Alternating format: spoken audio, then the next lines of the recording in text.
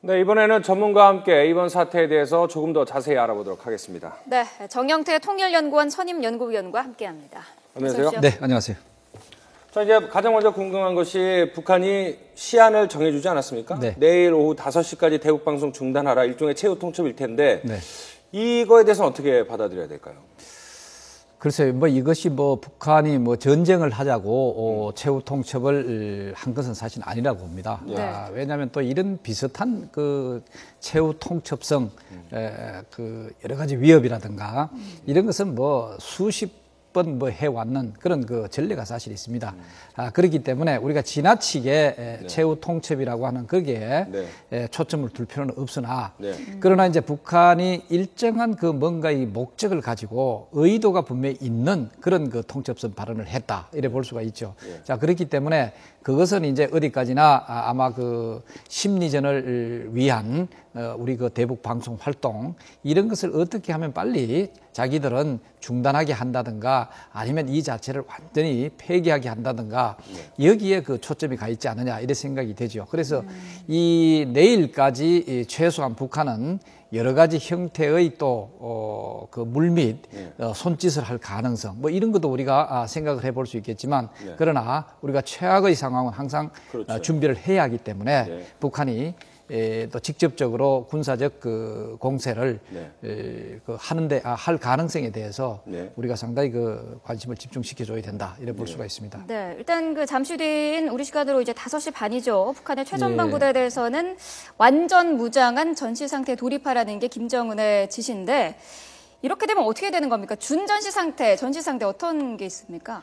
준전시 상태란 북한식의 어떤 그 움직임은요, 거의 이제 전쟁을 준비하기 위한 전방위 그 태세를 갖춘다 이래 볼 수가 있죠. 그렇다면은 지금은 이제 이런 형태의 것이 북한은 사실은 여러 차례 사실 있었습니다.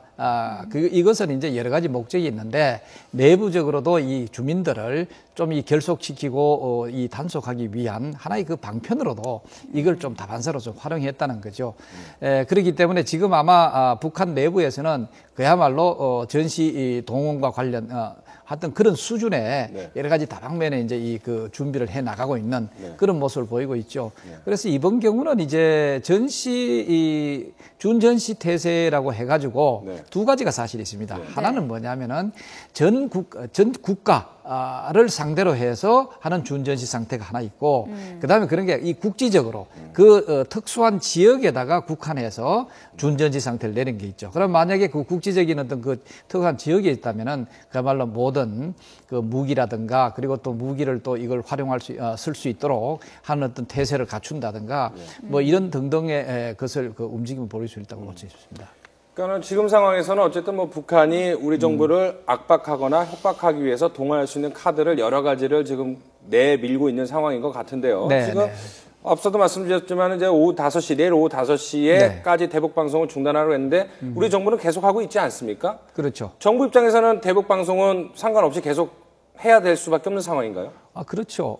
오히려 북한이 그야말로 소위 심리전을 위한 그 방송 활동을 중단하게 하거나 뭔가 이 타협적으로 만들려고 하면 이런 식으로 최후 통첩 형식에 사실 엄포를 놓지 말아야 됩니다.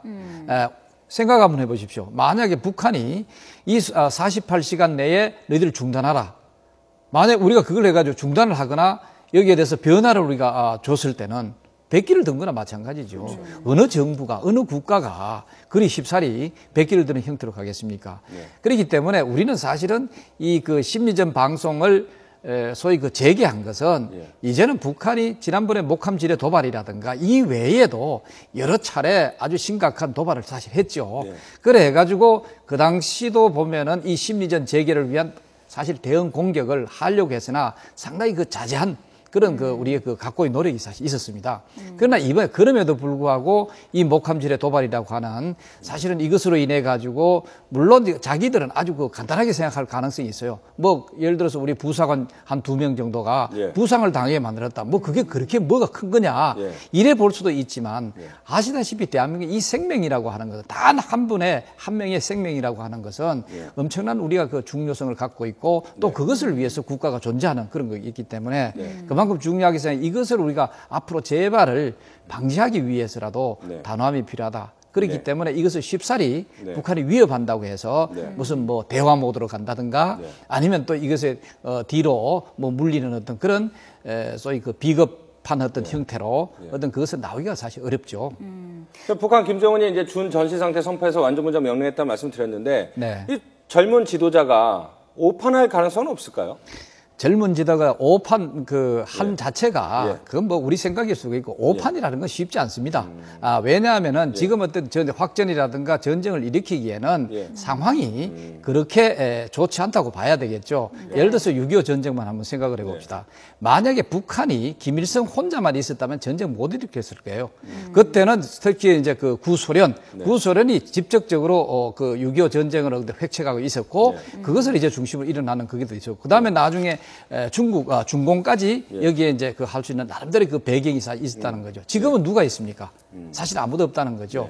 자, 그렇기 때문에 북한이 뭐 핵을 개발을 하고 뭐 장거리 미사일을 개발하고 그다음에 생화학 무기가 있다고 뭐 하나 그것을 쉽사리 사용해서 뭔가 이 전쟁으로 이끌기에는 그렇지 녹록한 것이 아니다 이래 볼 수가 있죠. 그렇기 때문에 김정은 자체도 여기에서 내부적으로 체제 결속을 위해서 이 긴장 국면을 활용하는 그런 것은 있을 수 있으나 이것을 직접적으로 만약에 이 확전을 시킨다든가 하기에는 아마도 아무리 젊은 친구라도 쉽사리 판단을 하기가 참 내리기가 어려울 가능성이 있습니다. 앞서서 이제 내일 오후 5시까지 북측에서 뭐 어떤 또 다른 손짓을 꾸준히 이렇게 내밀 수도 있다라고 말씀을 하셨는데 현재 근데 남북의 직통대화도 끊긴 상태고요. 다른 어떤 채널이 없는 상태인데 어떻습니까? 물밑 대화가 필요한 상황일 것도 같은데요. 가능할 수가 있을까요? 지금은 이 물밑 대화를 논할 때가 아닙니다. 왜냐하면은 북한이 최후 통첩이라고 하는 어떤 카드를 던져놓은 상황에서 그래서 아까 제가 얘기 드린 것과 마찬가지로 그것을 우리가 물밑 대화를 어떤 제출을 쓴다고 한다는 것은 그건 베끼 드는 얘기입니다. 이건 우리 국민들이 허용을 하지 않고 우리 대한민국이 허용을 하지 않습니다. 그러나 어떻든 48시간 이후에라도 북한이 자제하고 또 새로운 어떤 자기들이 그 목함 지뢰 도발이라든가 이런 게다가 기존에 뭐 천안함 폭침이라든가 이런 것들을 오히려 사과의 모드로 나오고 그다음에 재발 방지라고 하는 그런 것을 위해서 자기들이 뭔가 제출을 해 온다면은 그 이후에 우리가 또 대화의 문을 항상 열어놓은 거였으니까 그때부터 또 새로운 어떤 이 대화를 할 수 있는 그런 분위기로 갈 수는 있겠죠. 자, 이제 북한 큰 축이 이제 노동당과 군부인데 어제 두 가지 메시지가 좀 엇갈리는 메시지가 오지 않았습니까? 그거는 어떻게 받아들여야 됩니까? 그거는요, 북한에 그 이원적으로 항상 되어 있습니다. 당이 나름대로 그 판단을, 모든 것은 당이 정책적 결정을 사실 합니다. 그것을 이제, 지도를 해 나가고, 그 다음에 군은 군대로 소위 그 지휘 참모 입장에서 이것을 이끌어 나가는 건데, 어제 그 한 것은 그 소위 이제 군 차원에 있어서는 자기들 고유의 그것으로 하는 진용을 했다고 볼 수가 있죠. 그러나 답은 사실은 앞에 김양근이가 얘기했는 그것이 더 진이라고 볼 수가 있습니다. 아마 제가 벌써 북한은 내부적으로는 우리가 대북 심리전을 위한 방송 활동을 시작했을 때 굉장히 당황했을 겁니다.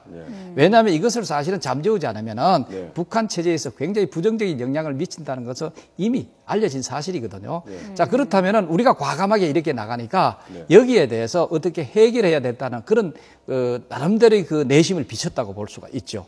그래서 우리는 그렇다고 해가지고 그것을 뭐 비쳤다, 그래, 우리 대화로 가자. 이런 식으로 간다는 건 문제가 사실 있겠죠. 그렇기 때문에 우리는 거기에 대해 북한의 이제까지 나쁜 행동에 대해서는 이 비정상적인 행동에 대해서는 정상화 시킬 수 있는 우리의 원칙을 고수해 나가는 것이 오히려 앞으로 모든 문제를 해결하는 데 있어서 도움이 되지 않겠나 이런 생각이 듭니다. 내일 오후 5시 이후에 그 북한이 만약에 도발을 한다면 무력 도발 외에 다른 형태의 도발을 할 수 있는 거는 어떤 게 있을까요? 북한의 무력 도발의 다른 형태라기보다는 무력 도발 자체를 우리가 이래 분류를 해볼 수가 있습니다. 직접적으로 포로 공격을 해서 우리 소위 방송 시설이라든가 이것을 직접적으로 겨냥해서 타격을 주는 거 이게 하나 있고 그리고 이거는 공개적으로 하는 거죠 나름대로. 그 다음에 이제 은밀하게 소위 천안함 폭침을 했다든가 이런 기습 침투를 통해서 뭔가 위해를 가하는 그런 그 형태가 있겠죠. 그러나 그 외에는 북한이 이제 이것을 가지고 이제 노리는 것이 항상 이제 후가적으로 노리는 것인데요.